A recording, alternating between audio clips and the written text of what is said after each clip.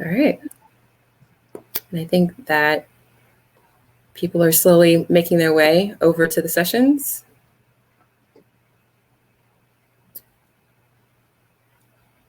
Should be able to start relatively soon.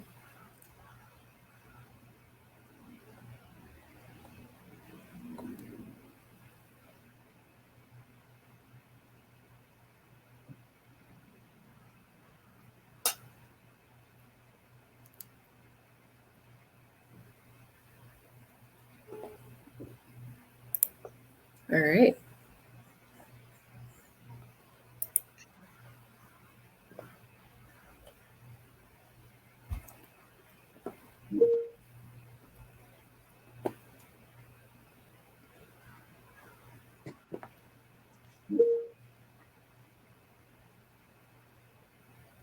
Nice. South Lake Tahoe, we have California.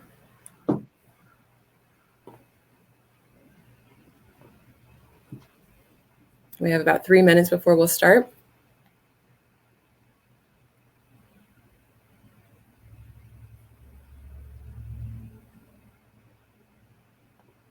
Welcome, Luke. Welcome, Jenna.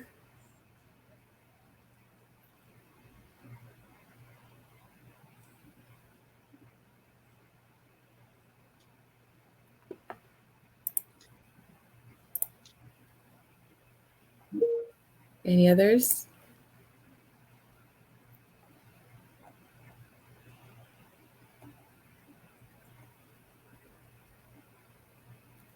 Hi, Alana.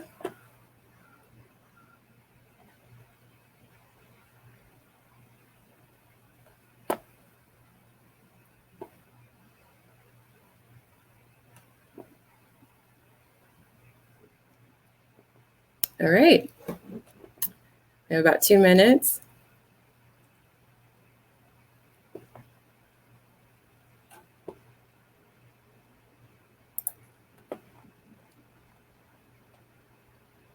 See if there's anyone else.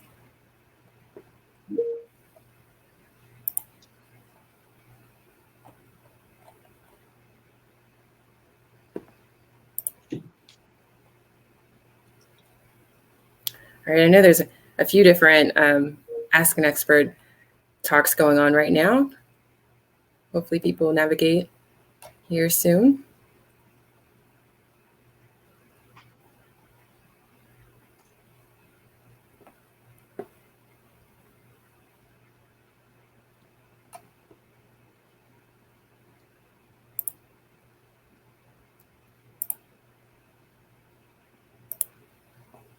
All right.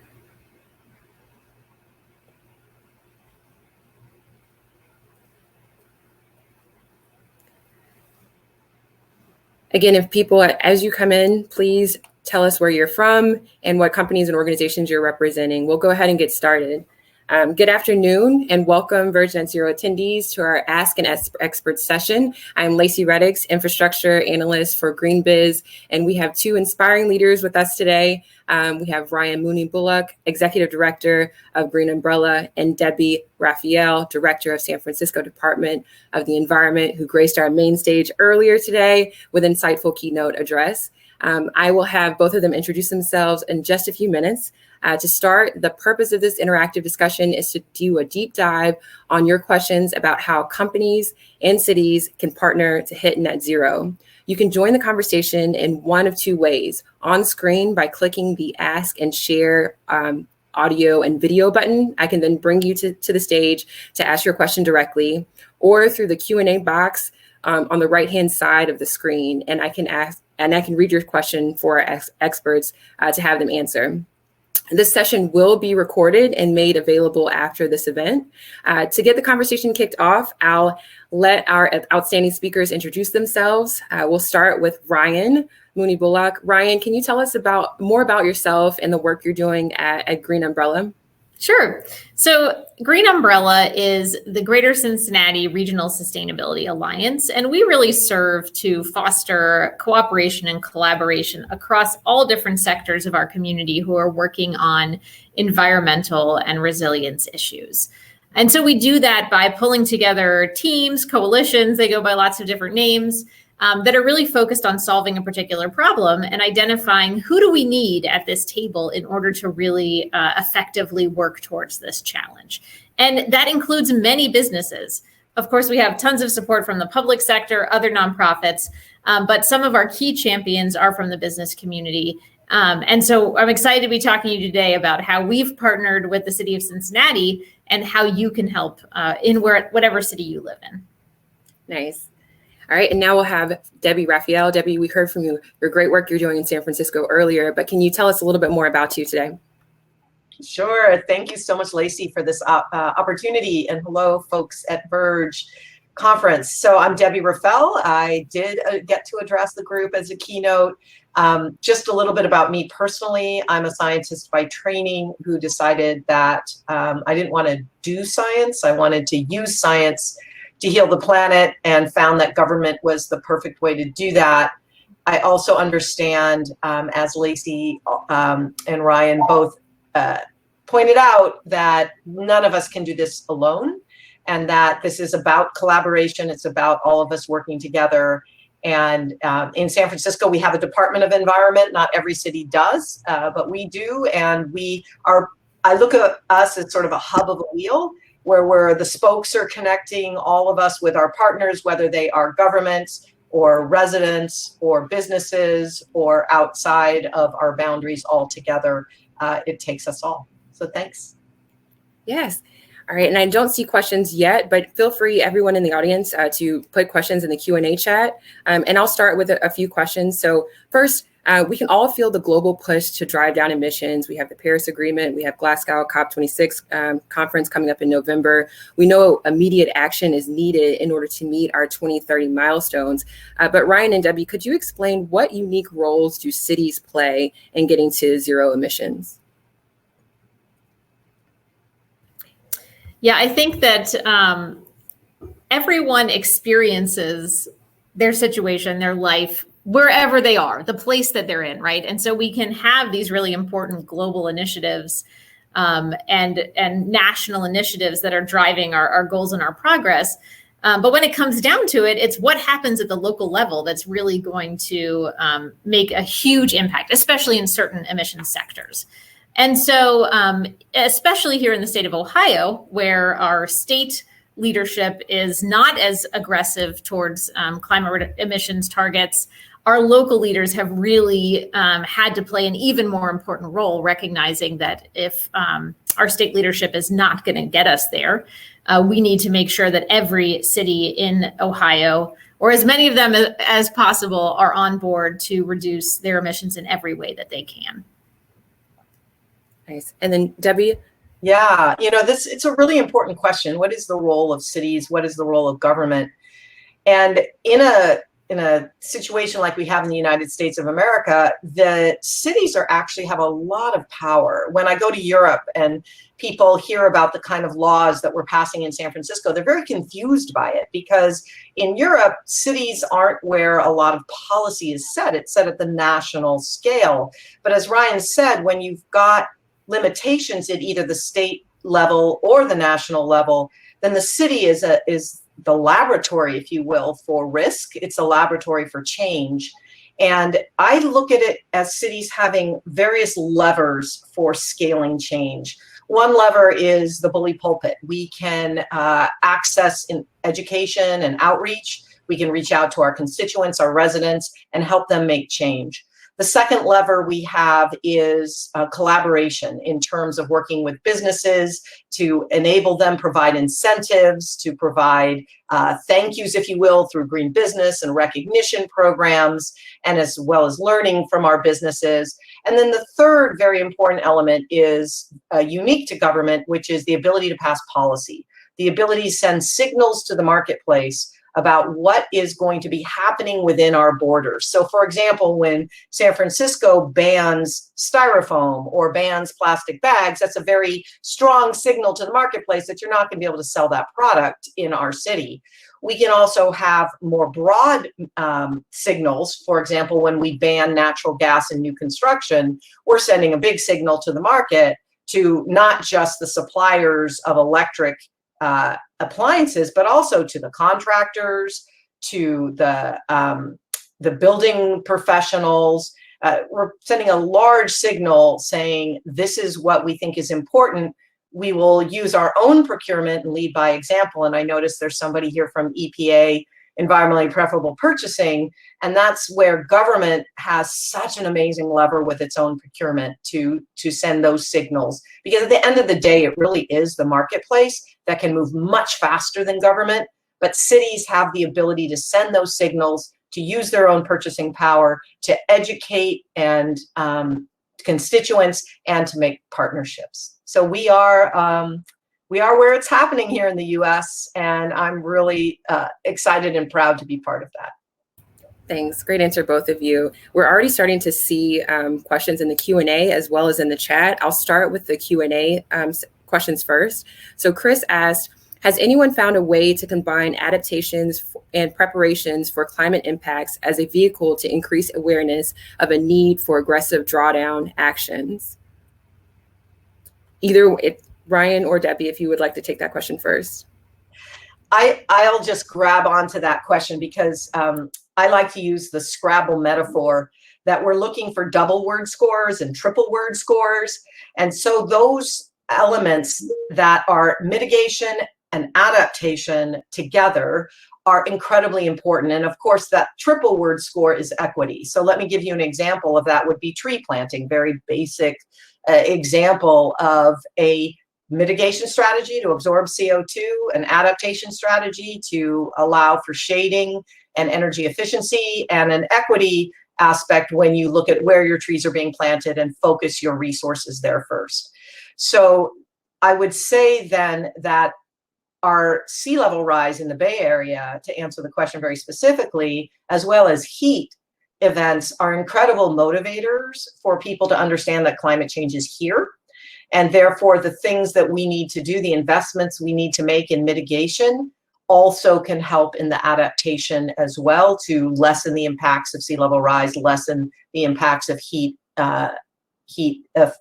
events.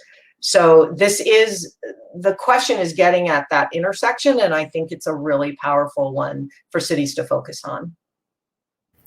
In Cincinnati, we've been able to pilot a program developed by Groundwork USA called Climate Safe Neighborhoods, which really looks at communities who have maybe been on the receiving end of some environmental impacts and brings together a cohort of people in the same community to learn about climate impacts, how they're already showing up in their lives, how they may increasingly show up in their lives, and what they think their community needs in order to prepare. And so it's a really cool tool because it's not only kind of raising awareness about these issues amongst community members who may not have been exposed to them, but it really taps their lived experience in order to figure out, where are the hot spots in my neighborhood that really need to be addressed in order to solve these problems, whether it's tree planting, like Debbie said, or reflective pavements or cooling centers or additional splash pads.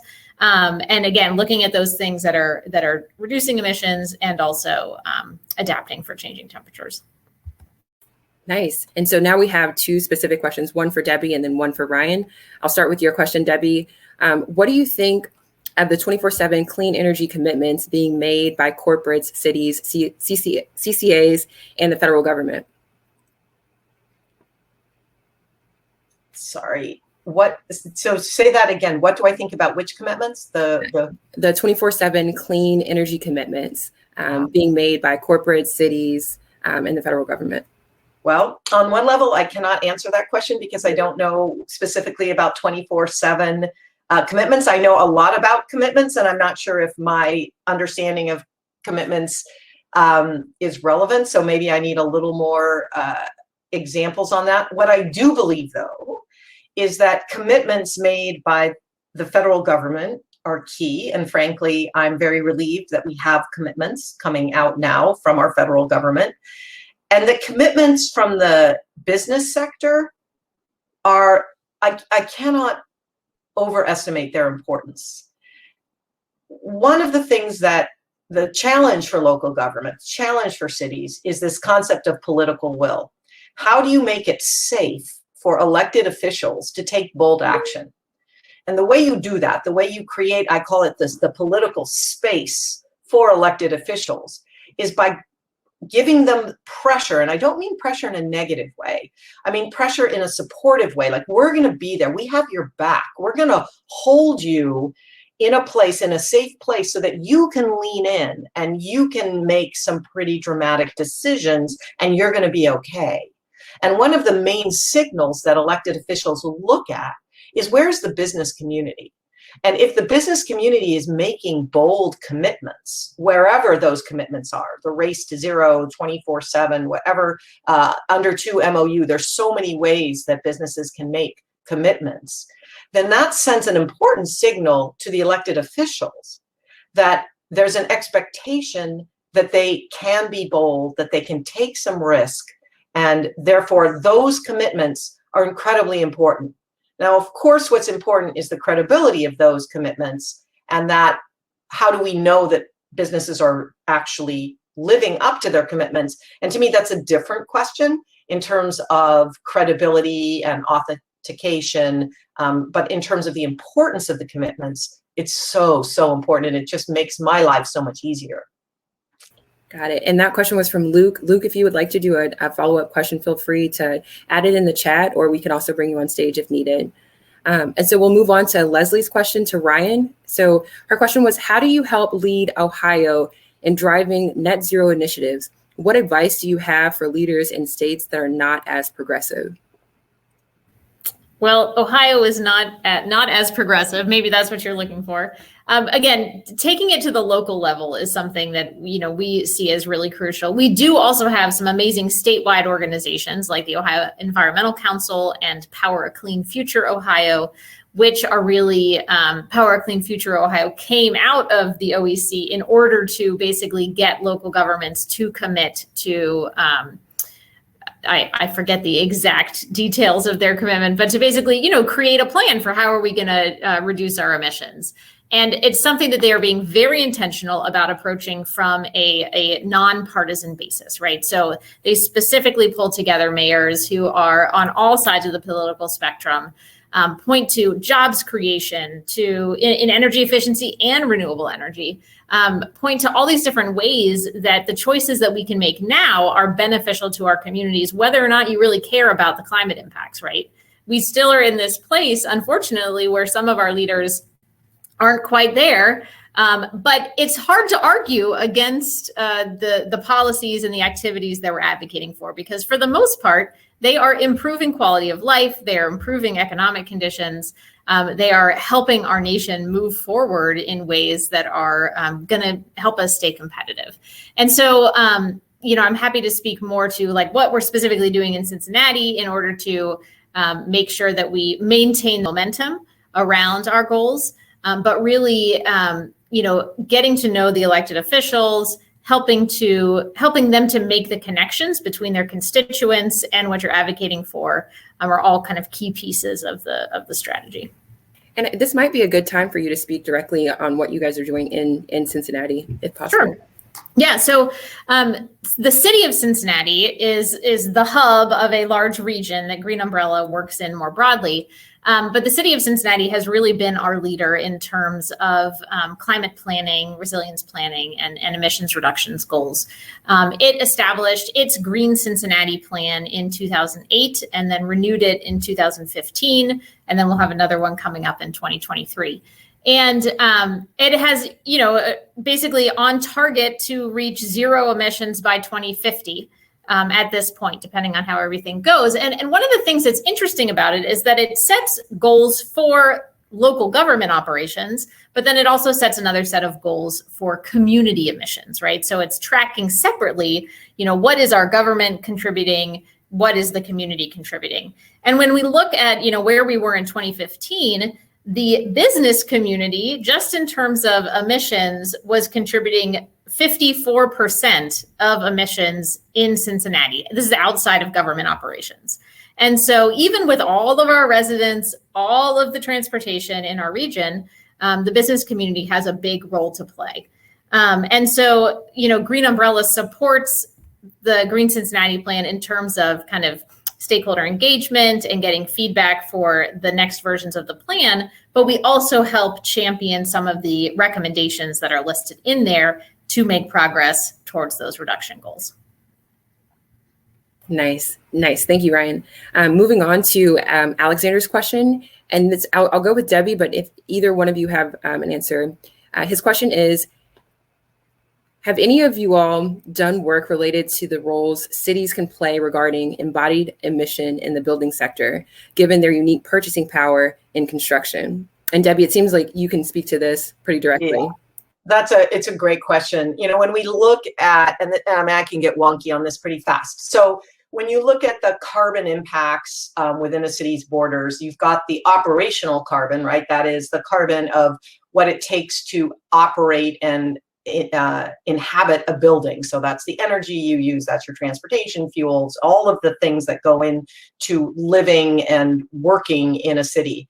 But there's the embodied carbon, the carbon that's embedded in the things that you've made the building out of and your purchasing decisions for, especially in the construction world. So where does your cement come from? What about your steel? Are you using reclaimed and recycled materials? Are you, when you demolish a building, are you capturing that material and reusing it, or is it going to landfill? There's a whole world of work on embodied carbon. And I would have to say that we're looking at, I want to be intellectually honest about what it means to have a low carbon material. So I'm a little bit in that learning mode and curiosity mode, so that if somebody says, well, the reason that cement is lower carbon is because it has fly ash from a coal plant, maybe if carbon is your only indicator, then that's a good way of choosing that material. I just really want to understand what it means to be a low carbon material. So there's a lot of work going on in the 9 Bay Area counties right now to design metrics and standards for low carbon materials. I think we're all understanding that this is really important. And we're trying now, at least in the city of San Francisco, to decide what is the most important thing for us to do in terms of procurement on carbon. We do a lot on procurement in terms of toxicity, recycled content. Those are things we're very comfortable doing. The carbon content is a little newer and more interesting right now. I would say that we've always been a city that is focused on reuse and reclaiming things rather than recycling and going to landfill. So there's lots of ways that we are indirectly looking at embodied carbon through circularity. I'm more curious right now about the levers we can do about materials. It's a very, very good question.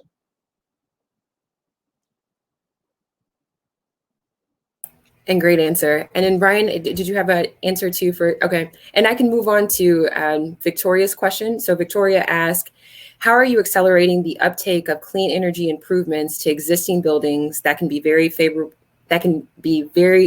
favorably financed through CPACE or commercial property assessed clean energy financing? This is kind of similar to the last question. It might be relatively similar, but do you have a different answer, Debbie or Ryan? Ryan, do you want to take that about clean energy? I'm curious what happens in Cincinnati with clean energy in existing buildings. We have such a different landscape in California, so that answer is very different, I think, than in Cincinnati. How do you deal with that? Yeah, we definitely have had, we had an organization here for a while called the Greater Cincinnati Energy Alliance that was really pushing PACE financing. It was actually funded initially through the last round of stimulus funding in 2008 or 07. And it's something where we are certainly continuing to see on-site renewable. I would say the biggest area of growth we're seeing right now is power purchasing agreements for off-site solar.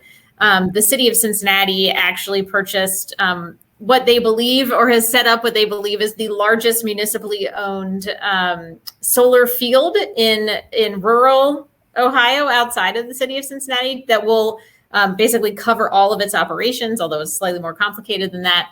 And we've also had some landmark businesses like Fifth Third Bank, which is based out of Cincinnati, do power purchase agreements for 100% of their energy use. So that is certainly something we're seeing a lot of traction on. It kind of takes some of the logistical headache away in terms of siting on your existing building, but it also creates flexibility in terms of financing and maintenance and all those things. Got it. And the thing I would add, which is kind of an interesting thing about cities, on the one hand, we all share information and work together, but we're also very unique. And when you look at a city like San Francisco versus Cincinnati, in San Francisco, we're very dense. We're the second most dense city in North America. And so we have a lot of tall, skinny buildings and not so many single family homes. And so the thing about PACE financing for renewable or for on-site renewable is it gets to be questionable whether or not that's really the best way to go in San Francisco, because you just can't generate enough electricity from on-site solar on some of our large buildings and our multifamily. And so when Ryan's talking about these solar farms as a way more effectively to provide renewable electricity, I think we're finding the same thing in San Francisco. So our PACE financing now is more focused and has been a lot bigger uptake on the commercial side than the residential side. And we're finding that the PACE financing has been very helpful for retrofits, for electrification, and for energy efficiency improvements. And the thing is, as we start to send signals, so one last thing that we just adopted, this Board of Supervisors, as 10 minutes ago, just adopted new climate goals for San Francisco. And one of those is that all large commercial buildings will need to be net zero, existing buildings now, by 2035. So now, as of 10 minutes ago, we have just sent a signal to that marketplace saying, all right, large commercial buildings, you're going to need to figure out how to get off of natural gas. You're going to need to look at what financing options you have to make those changes, because we're not offering you right now anyway any wonderful incentive program to meet that, although we do have incentive programs in place. So PACE may be, in fact, very helpful to large commercial buildings right now if they're paying attention in what happened in the last hour. So you're the first to hear. Yeah, you heard it here first at GreenBiz Net Zero Conference. All right, so we'll move on to Jenna's question. What type of emissions monitoring do cities use to quantify and understand their footprints? Do you think top-down calculation methods are enough, or do you see value in local real-time monitoring? I'm not going to try to answer that one. Go for it, Debbie. So I'm such a geek sometimes. I love inventories and I love monitoring, and the CDP requirements for us to measure our impacts, and I love them, those top-down ones, because they actually stimulate a bit of a competition for us to say, well, how are we doing compared to our other cities? We all love to compete against cities, and it also gives bragging rights at times, like it is right now for our San Francisco situation, where we are now 41% below 1990 levels, which is really wonderful. And there are limitations. So the problem with those top-down metrics is that, in a way, they disempower the individual, because what you're measuring is on such a large scale. You have no idea as an individual how you and your behavior really impacts those large-scale top-down measurements.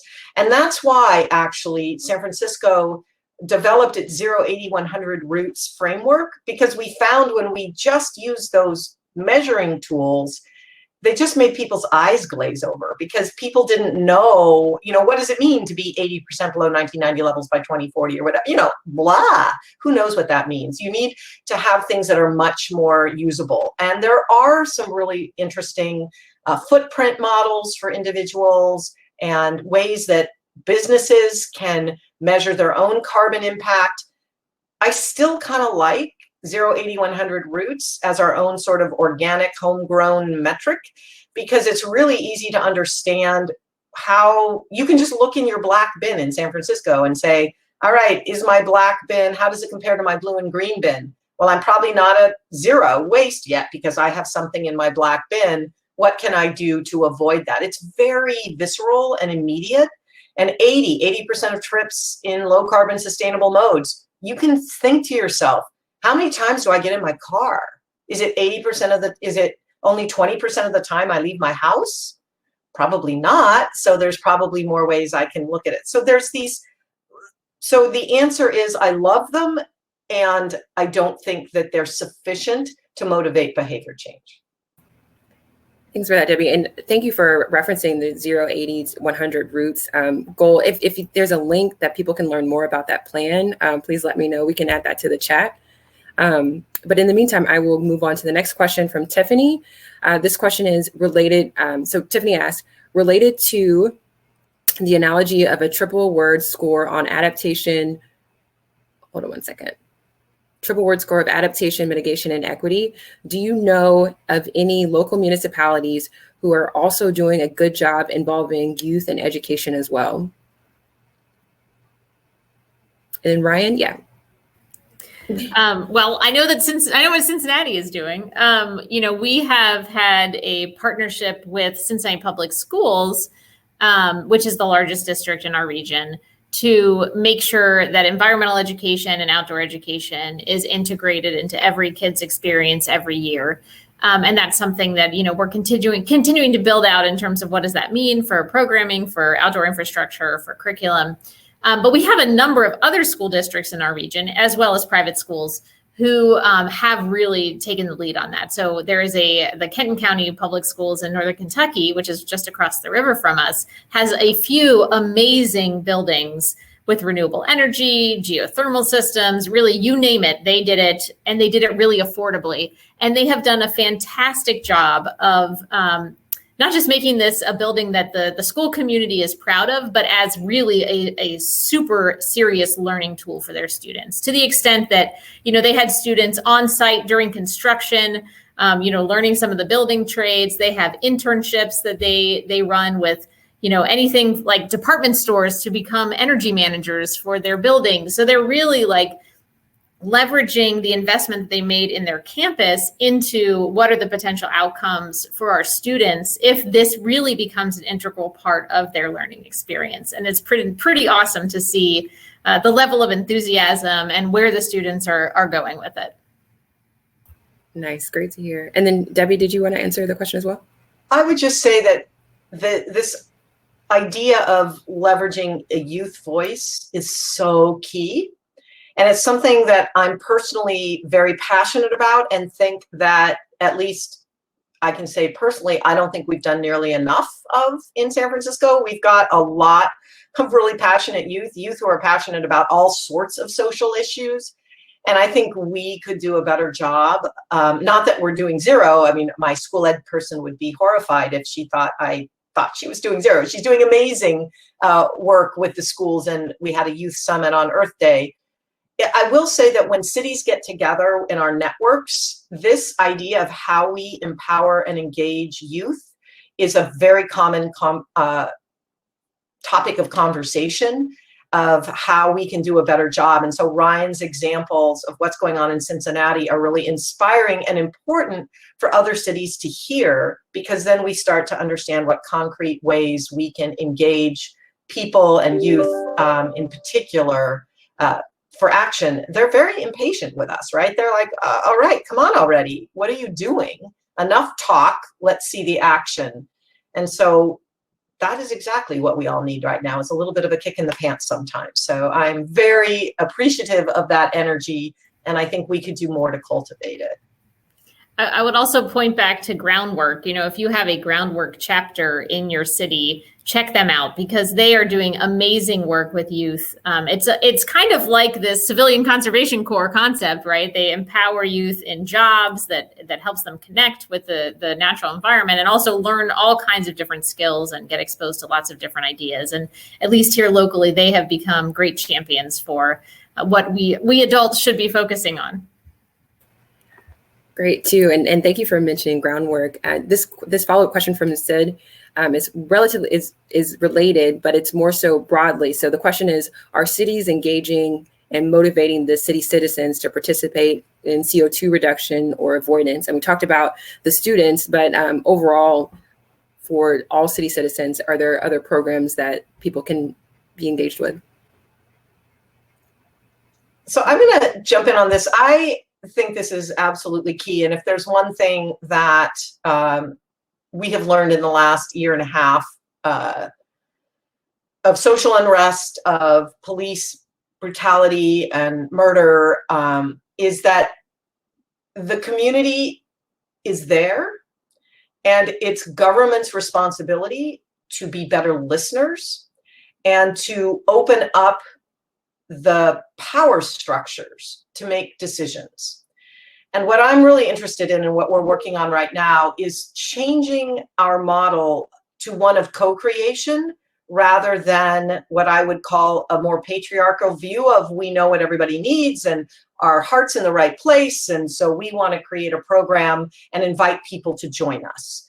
How do we flip that on its head and ask for that advice early on, very early on? So for example, when we were looking at what we were going to do with existing buildings and how we were going to electrify them, the mayor, London Breed, said, well, Debbie, I don't want you just telling people what they need to do. You need to go out into community and say, how do we make this work? How can we electrify and give you benefits that you care about in our communities?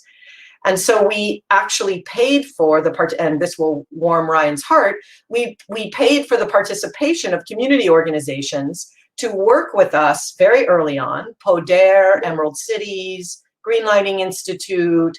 We didn't pay for all of them, but we paid for some of them, and we are putting money aside in the budget to pay more to allow community-based organizations to use their networks, their credibility, their wisdom to help inform the policies that we need to shape. It's not a new concept for us. We're just finishing our climate action plan. We've had thousands of interactions with community members. We understand that importance. I think what is new and different and more empowering right now is rather than getting comments, we're getting co-creation. And I think that's a fundamental difference in terms of engagement.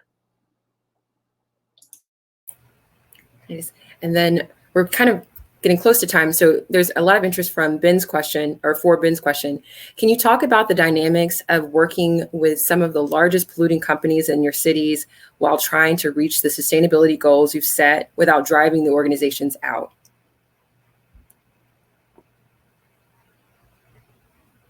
Go for it, Ryan. I want to hear what you're doing. Because you're in a tough spot. I mean, you are not government, so you're working with government, and that's just a really interesting question for you. Yeah, it is. So in Cincinnati, we have what's called the Cincinnati 2030 district, which is part of a national network of basically high-performing buildings networks where businesses, commercial building owners can voluntarily commit to join this district, and then they report on their energy use, water use, transportation-related emissions with the goal of reducing them all 50% by the year 2030. And we have some very large companies headquartered in Cincinnati. That is something that really makes us unique. And all of the largest are in the Cincinnati 2030 district, which is really awesome. And, you know, this really applies to their office towers, not necessarily their manufacturing plants. But they have been, really proactive in terms of saying, like, yes, we know we are the leaders in the business community in Cincinnati. We're like, the top 10. We have to be out in front of this in order to make this fly. And it's been really important to us to have their commitment and to learn from them, right? Because many of them have extremely sophisticated processes for understanding efficiency, and they don't want to spend more on energy than they need to. At the same time, they operate, they occupy older buildings that have some limitations. And so, it's really a matter of I don't know if it's cat and mouse is the right term or not, but trying to, help them figure out where are the places that maybe you haven't quite looked in terms of potentials for reductions, and how can we support you in taking that next step in a way that's also really going to benefit your employees, right? Because they want to work for a company that is really, doing what they say they're going to do and working towards their goals. It's going to improve the air quality in our region because of where our coal plants are and how our transportation infrastructure is set up. And so really trying to make that case for why their actions are going to not only help us reach our goals, but really help them look great and get a lot of benefit out of it as well. So that is a beautiful answer and a really important point that Ryan made about what employees want. I hear this a lot from Salesforce, from Facebook, from all the tech companies that are in San Francisco. When you talk to them and say, why are you doing this? It's the right thing to do. Yes, they all say that. And then very quickly, the next thing out of their mouth is, it's really important to our employees. So there is no question that that's a motivator. How we deal with the biggest polluters, we do it with a carrot and a stick. The stick part is divestment and looking at our retirement dollars that we spend. We have not completely divested from all fossil fuels, but we have a really smart guy, Andrew, who's working on a system for evaluating all of our investments and divesting out of the most polluting companies, and then working within the system to get companies to fix their carbon footprint. So that's one way cities can tackle this. The other is a little sweeter, which is we have a business council on climate change where we invite the largest employers in San Francisco to join with us and to take action, do group procurement of renewable energy, to do employee engagement together, to make commitments on tree planting, whatever, to look at zero waste in their own operations. So we look at both sides. And then, the other thing, of course, with bigger polluters is to do what I call vertical integration, where cities are working together to influence the state, to influence the federal government, to have stricter laws, and to play in that field as well of collective influence. But it is tricky because San Francisco doesn't always keep its big companies. PG&E moved their headquarters. So it's a very nuanced question, actually, and it's very important. All right. And then this was a question that was in the chat, but I think it's important for us to note. It's from Sophia. If a company reaches out to work with the city first, what should the company have prepared in order to generate interest from the city and start the conversation? So we have a number of different companies that are looking to do work with the city. What should they have in place in order to move that conversation forward? So it depends what you're selling. Or are you asking? So if you are selling a technology, you have something that you want us to use for climate, whether it's better controls or a new water filtration system or capture for storm drains, then what you need to understand is the dynamics of the individual city that you're going to and making the case for what is already important to that city, which is a really basic, if you will, pitching strategy. If what you are doing is asking, you're saying, I want to lean in, I want to help the city, what can I do? That's a very different question. And that's a question that honestly, we love. We love to get that question. And that is just then come prepared to understand what is within your power and control. Do you have the ability to change what kind of electricity you buy? Are you renting or do you own your building? Understanding your particular context so that we can brainstorm together on what incentives and opportunities you have is really, really important. And I would add, I've seen some really interesting examples of businesses stepping up. Within our Green Cincinnati plan framework, we have lots of different recommendations. And the city of Cincinnati, it makes does not try to say that we're doing all of these ourselves, right? They are tackled by many different partners. And, one specific example that's coming to my mind right now is that we have a very small, consulting company focused on helping, buildings get their LEED certification and that kind of thing. And the owner of that company has really been the point person on making sure that the city's tax abatement strategies to reflect green building practices stay up to date, that they're focused on equity, that they're really getting the biggest bang for their buck and not just kind of lingering in some model that was created a decade ago, right? When LEED first came out. And so seeing our business leaders really step up into these places where their expertise is really needed, right? There is nobody on the city staff who is going to be able to lead that conversation in as much depth. And so really finding those opportunities that honestly are probably going to benefit your business, but where your expertise can really help the city advance these goals in very specific ways. I think that's an awesome answer. That is so true. Yes, and so we have one last question that's in the Q&A. It's specific to San Francisco. So we'll ask this question and then we'll have both of you wrap up. In San Francisco, are you helping older multi-unit residential buildings electrify? And if so, how? Yeah, that's a great. Since 67% of our residents are renters and most of those are in multifamily and most of those multifamily are older, this is a huge question for us on how we're working with multifamily buildings to help them electrify. So it's a very long answer to this question, and I would actually love the person to send me an email so I could get back to you more on this.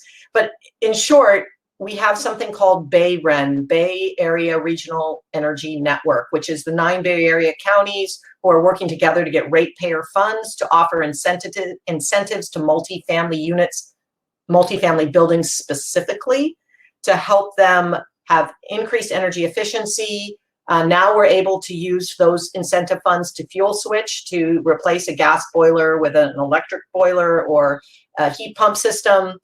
And then as well as even electric vehicle charging. So we've got a way to take a look at a building holistically now and offer a variety of incentives to get that building's participation. So we are all in on older multifamily buildings in San Francisco, affordable housing as well as full market rate. Great. And then Ryan and Debbie, thank you again for your time. I'll let you just say a final words before we end the session. And just a reminder to everyone in the audience, if you could please fill out the survey that Cecily has pinned to the top of the chat, that would be greatly appreciated. Well, thanks so much for having me. I think that this topic is just a really important one, right? Because we don't necessarily see the natural synergies, but hopefully you've heard from, Debbie and I talking, how many places there are for the business community to plug in. And, one, Debbie mentioned like different green business programs that cities offer. That's like one small step that you can take, but I would encourage you to really take it because oftentimes that's the place where the government is aggregating information from the business community and really able to track some progress there. But then, find out what is the status. Does your community have some kind of climate plan or, green plan of some kind? If not, be the voice that's advocating for them to get there. Debbie talked about creating this safe space. If local electeds know that the business community is behind them, they are so much more willing to pursue these ideas. And they may have a seat for you on the steering committee that can really help get that work moving forward. So I'm just going to build on what Ryan said because it was such an awesome answer and way to close out. So I believe that the world is run by those who show up. And there's so many different ways to show up in the world for change. You can show up on an individual level by just looking at your own capacity to meet a 0-80-100 roots goal. You can show up in your business by becoming a green business or leaning in just on your own operations. You can show up by finding your city, how your city works, and showing up to budget hearings or to other hearings that are happening on climate change or adaptation. You can vote. I mean, there are so many different ways. And what's really compelling to me right now is the level of engagement and creativity that the business community is showing the world, and how I'm so grateful sitting in government to have businesses that really care and want to take the risk and want to make a difference. And I'm so grateful that Verge is sort of that meeting of the minds of we are all the converted who are here. I know that. I know that Ryan and Lacey and I are talking to people who already get it. So the question is, what can we do to help you be successful? and ask us as well, because we want your success is ours. That's the bottom line. Such a great way to end it from both of you. Thank you so much, Ryan and Debbie. I hope everyone is as inspired as I am right now for this panel. It was great. And so we'll end it right here and hope you enjoy the rest of Net Zero Conference. Thank you, guys.